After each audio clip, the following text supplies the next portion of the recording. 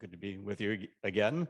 So for Novartis, we have I think a long, I'd like to say, storied history for our role in heart failure with clear successes that are both guideline changing and practice changing with drugs like Entresto and certainly valsartan preceding that, but also notable failures like drugs like aliskiren or serelaxin, but that represent a testament to our ability and our desire to take big risks for big benefit for our patients. As we speak, Novartis is undergoing a transformation from a broad-based healthcare company to a more focused, innovative medicines company, going from, say, 15 or more different therapeutic areas down to 5. And cardiovascular disease is amongst those 5. So this is a testament to a renewed and sustained commitment to an already great legacy in the cardiovascular space.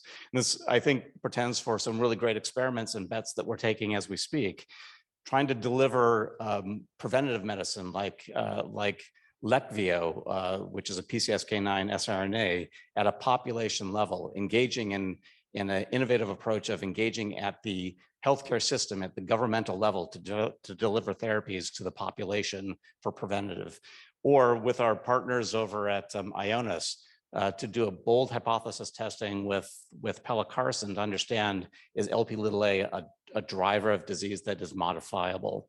So these are exciting adventures into new technology and to big bets that is a testament to our commitment to the cardiovascular space. And we have, in the cardiovascular space, we have a rich pipeline. It's into 4 different areas: heart failure, atherosclerosis, arrhythmia, and obesity. And in this rich pipeline, we have things from preclinical to the early clinical that, that unfortunately are things that I can't talk to now, but we look forward to be discussing with you when they're into the more mature clinical phase. So this is a group of people that are involved in this AMP across Novartis and us and Novartis Institute of Biomedical Research. We have our development colleagues. So Novartis is the group that takes from the phase 2 registration through the commercialization. And so the people of note here are David Sorgel, Marty Lefkowitz, who's sitting here, and Claudio Gimpelwitz.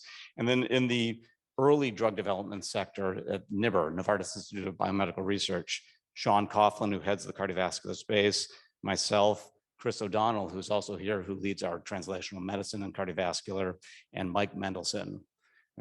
These are 6 cardiologists and a nephrologist. 2 are pediatric cardiologists, so a broad spectrum of expertise. 2 are bona fide geneticists with Chris O'Donnell and Mike Mendelson, and actually 2 of us still see patients, Chris and myself. I think I described earlier,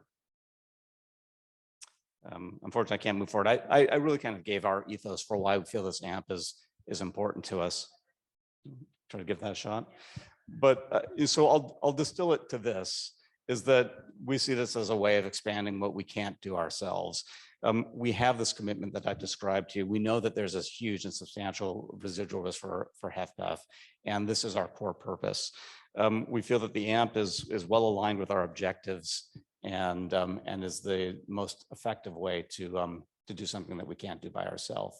And so if you could move one more slide forward, I think the simple statement of the value of the contribution is that we feel that this will do for the public good in a way that's better than any one of us can do by ourselves.